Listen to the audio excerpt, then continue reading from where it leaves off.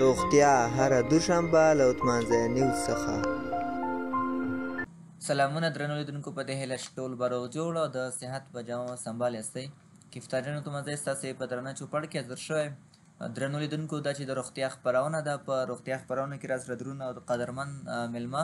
ډاکټر صاحب حضرت الله اتمانځی له امریکې څخه میلمه دی. په دغه خپرونه کې به په ویټامینونو باندې بحث کوو. ویټامین څه ته وایي، کوم کوم ویټامین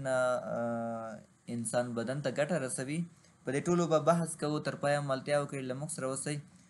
ډاکټر صاحب محترم، ډېره زیاته مننه، سلامات اوسئ چې خپرونې ته راغلئ او زموږ بلنه مو ومنله. ډېره مننه ډاکټر صاحب محترم،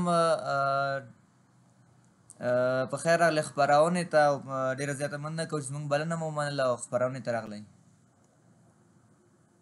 مننه، الله ژوندي لره، خوشحاله اوسئ. تاسو نه هم مننه چې خپرونه مو جوړه کړې ده، تر څو د دې نه خلک استفاده وکړي. ډېره مننه ډاکټر صاحب محترم. را به شو د بحث ته. بحث د مو ویټامینونو ته ټاکلی دی، ځانګړی کړی دی. نو که پیل له دې څخه وکړو چې ویټامین څه ته وایي؟ ښه موضوع مو انتخاب کړې ده. ویټامینونه چې دي، مختلف ویټامینونه په بدن کې موجود دي او مختلفې دندې سرته رسوي، بلکې یو سړی موضوع ده د ویټامینونو چې په بدن کې مختلف دندې ترسره کوي او مختلف اعراض علایم یې له کمښت سره په بدن کې پیدا کېږي. په ټوله کې که ووایو چې ویټامینونه ټول هغه عضوي جوړښتونه دي چې نه یوازې په بدن کې د غړو ترمیم او انرژۍ لپاره په کار وړل کېږي، بلکې د نورو مهمو سیستمونو لپاره هم په کار وړل کېږي، بلکې په بدن کې مختلفې وظیفې سرته رسوي. ډېره زیاته مننه ډاکټر صاحب. په بدن کې د ویټامینونو اغېزې څه دي؟ اوس هغې ته راځم چې په بدن کې د ویټامینونو اغېزې څه دي. دلته د دندو نه باید بحث وکړو چې دندې کومې. اول باید دا ووایو چې موږ دلته په هغه اعراضو علایمو باندې بحث کوو چې هغه د ویټامینونو له کمښت سره پیدا کېږي، بلکې دغه اعراض علایم د نورو مختلفو ناروغیو سره هم په بدن کې پیدا کېږي. موږ د کومو اعراضو نه چې دلته بحث کوو، دا به د ویټامینونو له کمښت نه په بدن کې وي، چې په بدن کې مختلف ویټامینونه شتون لري او د مختلفو ویټامینونو له کمښت نه په بدن کې مختلف اعراض رامنځته کېږي. بلکې داسې ووایم چې دغه موضوع نه باید د عوام دا استفاده وکړي چې څنګه موږ ځان ته یو مناسب غذایي رژیم برابر کړو او څنګه یو مناسب غذایي رژیم نه په ویټامینونو کې استفاده وکړو چې زموږ بدن ورته اړتیا لري. بلکې ویټامینونه مختلف اعراض دندې ترسره کوي چې د هاضمې سیستم، د خوراکي توکو د عدلون بدلون او د دې د حل کېدو په بدن کې د خوراکي توکو حل کېدو کې ویټامینونه ډېر رول لري او د پروټینونو، قندي او معدني موادو ترکیب په کار اچول دا د ویټامینونو دندې دي. او په بدن کې د معافیتي سیستم ځواکمنتیا او د وینې په کرویاتو کې د هډوکو جوړښتونه، بلکې د غاښونو جوړښتونه. ما مخکې ویلي چې څومره یادونه د ویټامینونو د وظایف وکړو، نو کمه ده، ځکه مختلف ویټامینونه په بدن کې موجود دي او مختلفې دندې ترسره کوي. نو اوس ویلی شو چې په بدن کې د ویټامینونو اغېزې کومې دي چې په بدن باندې اغېزې کوي. باید د دې نه مخکې دا یادونه وکړو چې ویټامینونه په څو برخو ویشل شوي دي، کم ویټامینونه دي او کم وظایف ترسره کوي. عموما کې ویټامینونه چې دي دا په دوو برخو باندې ویشل شوي دي، چې یو هغه ویټامینونه دي چې په اوبو کې منحل ویټامینونه دي، دویم هغه ویټامینونه دي چې په غوړو کې د ځیګر تر اغېزې لاندې په غوړو کې منحل ویټامینونه دي. موږ دلته د څو محدودو ویټامینونو نه بحث کوو، بلکې ټول ویټامینونه ما مخکې ویلي چې په بدن کې ډېر زیات یو سړی موضوع ده چې موږ ورته اشاره کوو، ځکه دلته د یو څو ویټامینونو نه استفاده کوو، یادونه کوو او د دې خپرونې هدف مو دا دی چې هغه خلک چې د دې نه ناخبره اوسېږي او د خپل غذایي رژیم د مناسب جوړېدو په خاطر باندې دوی له کومو غذاګانو نه استفاده کوي چې د دوی دغه وټامینونه په بدن کې نورماله وساتلی شي. بلکې دا یادونه باید وکړم چې اول منحل په غوړو کې منحل وټامینونه چې دي هغه نه یادونه کوم چې د سی بي او ډي وټامینونه دي. دغه وټامینونه چې په اوبو کې منحل وټامینونه دي دا یوازې په روزمره خوړو کې موږ د یوازې بدن د ضرورت په اندازه باندې جذبوي او نور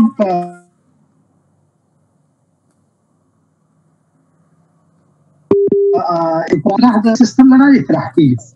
نو د دې هغه وټامینونه چې په اوبو کې منحل وټامینونه باید دا یادونه وکړم چې دغه په اوبو کې منحل وټامینونه لکه څنګه چې ما ویلي چې دا په ورځني خوړو کې یوازې د ضرورت په اندازه باندې جذبېږي. نو باید ووایو چې دغه وټامینونه د ضرورت په اندازه باندې چې جذبېږي نو دا معنا چې باید روزمره دا په خوړو کې واخیستل شي. چې وروسته بیا د دې نه یادونه کوو چې په کومو خوړو کې موجود دي او کوم اعراض د دوی کمښت په بدن کې کوم اعراض رامنځته کوي. دویم هغه وټامینونه دي چې په غوړو کې منحل وټامینونه دي د ځیګر تر اغېز لاندې په غوړو کې منحل وټامینونه لکه A, K, D, E وټامینونه چې دي دا هغه وټامینونه دي چې د ضرورت په اندازه باندې بدن جذبوي او نور یو څه اندازې په بدن کې ذخیره کیږي او نور د اطراحي سیستم له لارې اطراح کیږي. دا د وټامینونو هغه عمومي یو په دوه برخو باندې چې وټامینونه وشل شوي ما ونه یادونه وکړه. نور یوازې د هغه وټامینونو له اغېزو نه چې مخکې تاسو پوښتنه وکړه هغه باندې بحث کوو چې په بدن کې کومې اغېزې لري. په بدن باندې مختلف مختلف ډولونه وټامینونه موجود دي چې د هغې له کمښت سره هر اراز د یو وټامین لري د هغې له کمښت نه یو اراز رامنځته کېږي. خو عموما کې د عضلاتو دردونه د بندونو دردونه هغه خلکو ته ډېر پیدا کېږي چې هغه زیات فعالیتونه کوي. د وټامینونو اغېزې په بدن باندې د دې دا دي چې هغوی زیات فعالیت کوي او په هغه اندازه باندې په خوراکي توکو کې د وټامینونه نه اخلي لکه څومره چې فعالیت کوي. نو هغه خلک باید زیات د چي نه د ګیلاسو نه مڼې نه انګور نه یعنې د سبزیجاتو او میوه‌جاتو نه زیاته استفاده وکړي چې هغوی ورزش کوي ورځني فعالیتونه زیات کوي لکه دهقانان یا ورزشکاران باید د دې خوراک نه زیاته استفاده وکړي. تاسو یادونه د غوړو چې هغې کې کوم ویټامینونه پیدا کېږي زیاتره سپین ږیري د ډېر عمر والا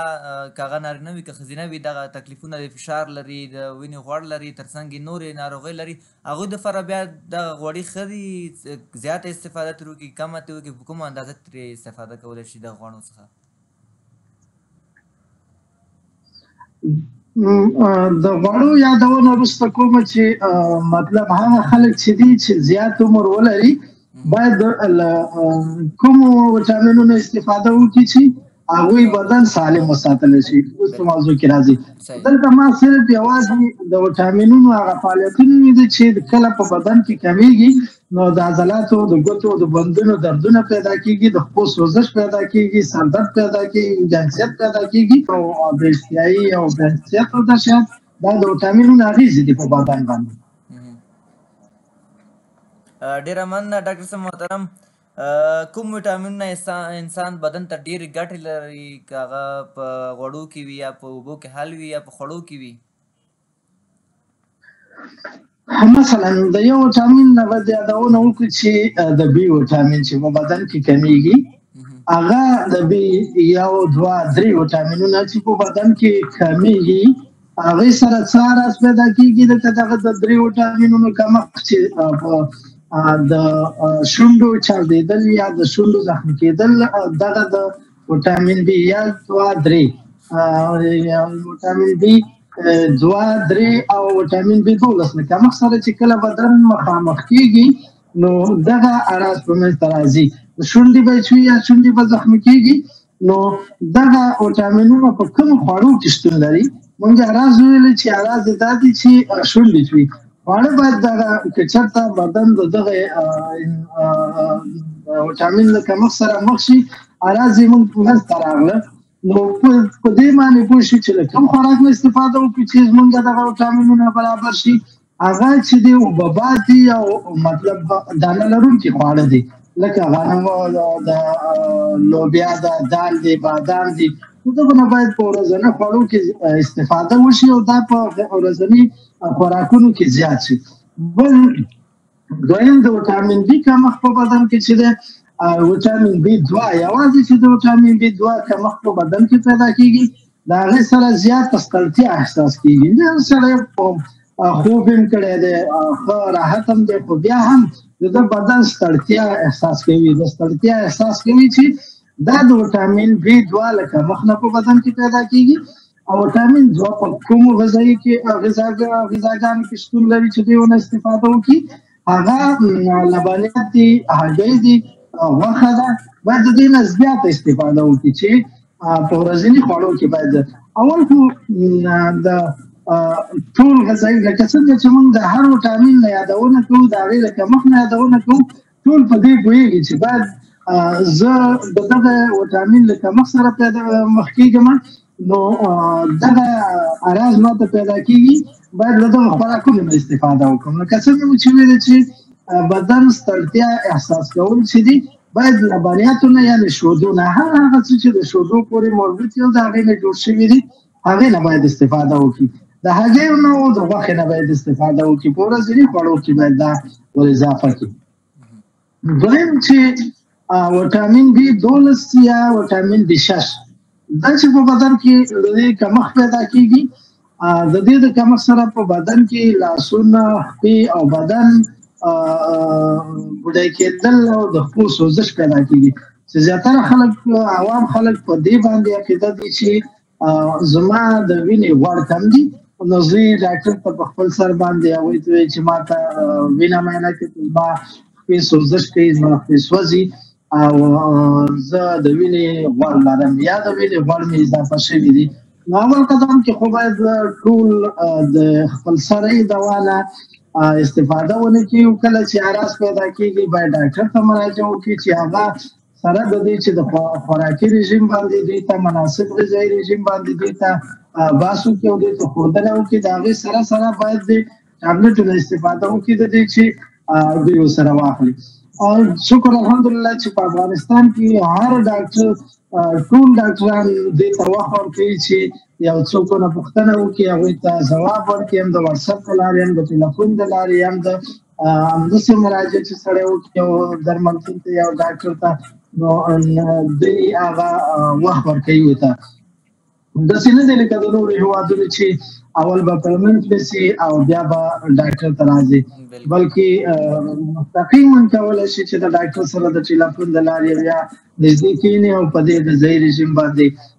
بحث ورسره وکړي د دې نه هدف زموږ دا دی چې باید خپله درملنه په خپله باندې وکړو لکه څنګه چې په نورو هېواد پرمختللو هېوادونو کې د دوا استعمال کچه ډېره کمه ده بلکې نسبتا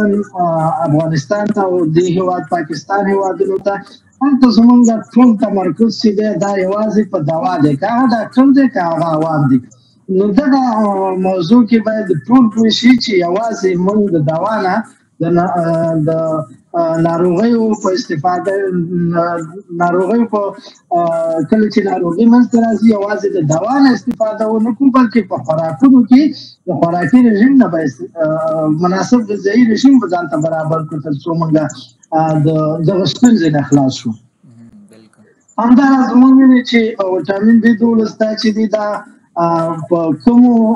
دغه خوراکونو کې پیدا کېږي چې هغه په هګۍ کې دي لبلبو کې دي ګازرې دي او ماهي غوښه ده چې په دې کې زیات پیدا کېږي او باید د دې نه استفاده وکړو چې مخکې اراز ویلې چې د خپو سوزش دی د بدن دردونه دي او همداراز د لاسونو بوډۍ کېدل یا د خپو بوډۍ کېدل په ساده اصطلاح باندې چې دغه اراز رامنځته کېږي باید په خپل غذایي رژیم کې له دغو خوراکونو نه یو ور اضافه کړي، بلکې ټول نه یو ور اضافه کړي چې باید د هغه کمبود چې د ویټامین بي 12 یا ویټامین بي 6 نه پیدا شوی دی هغه را زمونږ د منځه لاړ شي. نو ویټامین بي 12 او دا چې دی دا د دې نه مو استفاده همداراز که چېرته زمونږ په بدن کې د ډي او اے ویټامین کمیږي نو بیا به څه کېږي، بیا به هم د ملا دردونه پیدا کېږي او زخمونه به مو ژر نه جوړېږي. هغه زخمونه چې د تیرو مرحله کې په بدن باندې لري، که تاسو کتلي وي چې د هغوی په بدن باندې تور داغ یا د پوستکي لاندې د وینې ته ورته عرض پیدا کېږي، نو دا هم د ویټامین ډي او اے له ویټامین له کمښت نه پیدا کېږي په زیات عمر خلکو کې. او باید له کومو خوړو نه استفاده وکړي، له پاڼه لرونکي خوړو نه استفاده وکړي، لکه پالک شو، شفتل شو، چې نورو پاڼه شنه سبزي پاڼه لرونکو خوړو نه استفاده وکړي. او دوی باید د 10 دقیقو نه تر 15 دقیقو پورې لمر ته کښېني تر څو ویټامین ډي په خپل اندازه باندې واخلي. دا د ویټامینونو اغېزې په بدن باندې او په بدن کې د ویټامینونو کموالی چې کوم ویټامین کمیږي د دې سره کوم اړخ پیدا کېږي د دې نه مو یادونه وکړه. ډاکټر صاحب دا چې په ویټامینونو مو بحث وکړه او په دې هیله چې هېوادوال او هغه ناروغان چې د ویټامینونو کمبود لري د هغه څخه استفاده وکړي او هغه ویټامین چې کم دي هغه پوره کړي، کم خواړه یا کم څښاک او دغه چې ورته پکار دي هغه باید ترسره کړي. ډېره مننه ډاکټر صاحب محترم چې موږ ته مو وخت راکړه. په وروستیو کې مو هېوادوالو ته څه پیغام دی د غذایي رژیم په اړه یا د ویټامین کمبود په اړه؟ هېوادوالو ته مو ټولو ته دا پیغام دی چې باید د دې پر ځای باندې چې موږ له دوا نه استفاده وکړو، خپل مناسب غذایي رژیم ځان ته برابر کړو په دې معنا باندې چې موږ سهار څه خورو او ماښام څه استفاده کوو، د دې نوې باید بدله وي. باید په سهارنۍ ناشتې او د غرمنۍ ناشتې نوې باید د خوراکي توکو دا تغییر وکړي، بلکې په خوراکي توکو کې په خوراکونو کې د استفادې نه باید مختلف خواړه موږ وخورو. مثلا موږ که چېرته وریجه پخوو نو باید په دې کې څه وکړو، لوبیا ور اضافه کړو. د دې سره باید موږ سلاد ولرو لکه کاهو، بادرنګ او نور مختلف نوې د سلاد شنه سبزي ولرو ځان سره. او نو دغه به زموږ لپاره یو مناسب غذایي رژیم وي. بلکې همداسې په ماښام کې که چېرته موږ غوښه پخوو نو باید د هغې سره چیفر ور اضافه کړو چې هغه د ډېرو ویټامینونو لرونکي دي. همداراز که چېرته ویټامین سي نه یادونه وکړو چې ویټامین سي په بدن کې په دغه وختونو کې زیاته کموالي سره سړی مخ کېږي چې د هغې وظیفې او د هغې دندې دي چې مثلا زموږ موضوع دا وه چې خپله درملنه باید په خپله باندې وکړو. لکه زه چې څومره د امریکا د درملنې ته ګورم نسبتا افغانستان ته، هلته ټول تمرکز په دوا باندې دی. په دوا باندې موږ ډېر تمرکز کوو، دوا ته ډېره مراجعه کوو. افغانستان کې د سوي تغذیې کچه ډېره زیاته ده. لکه lactated or pregnant women چې دي، هغه میندې چې هغه شیدې ورکوونکي دي او هغه میندې چې هغه pregnant میندې دي، یعنې حامل لرونکي میندې دي.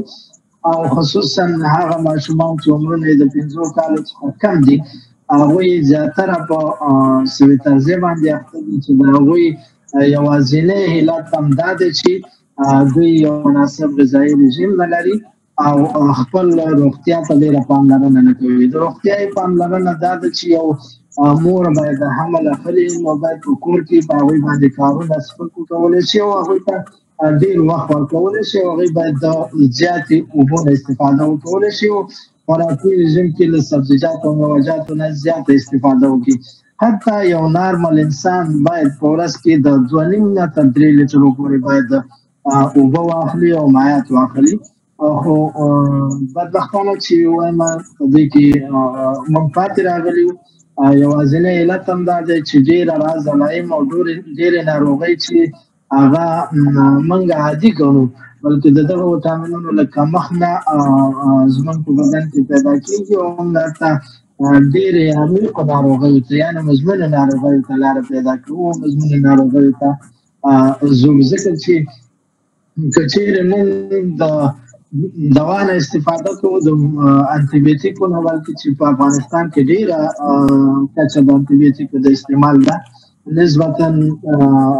زه چې بس په امریکا کې ګورم چې دوی له انټي بیوټیکو نه څنګه استفاده کوي، موږ په افغانستان کې څنګه استفاده کوله. بلکې ما خپله په دې باندې نه چې ما نه ده کړې، بلکې ما هم په انټي بیوټیکو باندې ډېر تمرکز کړی دی، میکروب لرونکي دواګانو باندې په ساده اصطلاح باندې چې خلک پوه شي. نو دا د مریض سره هم ظلم زیاتوي، ځکه تر دې پورې چې 3 ډوله انټي بیوټیک مریض ته ورکول کېږي،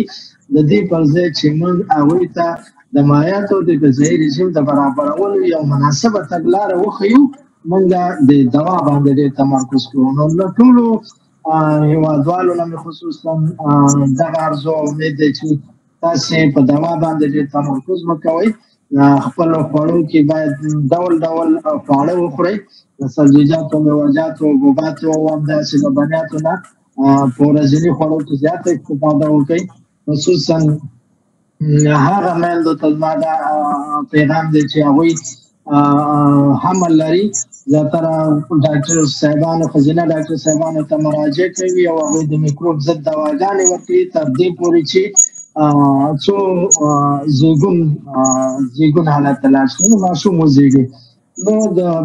هغه وخت کې چې یو مور حمل ولري باید هیڅ دوا استعمال نه کړي بغیر د تقویې د دوايانو نه، د میکروب دوايانې باید استعمال نه کړي. ځکه چې زه د هغې ټولنې یو شاهد ډاکټر یم چې دا په افغانستان کې یو مروجه تداوي ده د دې، چې خصوصا ښځینه ډاکټر صاحبانو ته مې دا پیغام دی چې په دې باندې باید مریضانو ته زیات تمرکز وکړي، په غذایي رژیم باندې، په وټامینونو باندې، په زیاتو مایعاتو اخیستلو باندې. نو د دې خپرونو نه مو هدف همدا دی چې زموږ عامه پوهاوی په ټولنه کې زیات شي او د عامه پوهاوي کچه زیاته شي، تر څو موږ خپله درملنه په خپله باندې وکړو. ډېره مننه ډاکټر صاحب محترم چې خپرونې ته راغلې او معلومات مو له لیدونکو سره شریک کړه. مننه ستاسو د عثمانزو نیوز محترم ادارې اورېدونکو او لیدونکو نه هم مننه او خوشحاله آباد او سوکاله افغانستان په هیله. ډېره مننه، ښه وخت، ښې چارې، الله مو مل شه. مننه.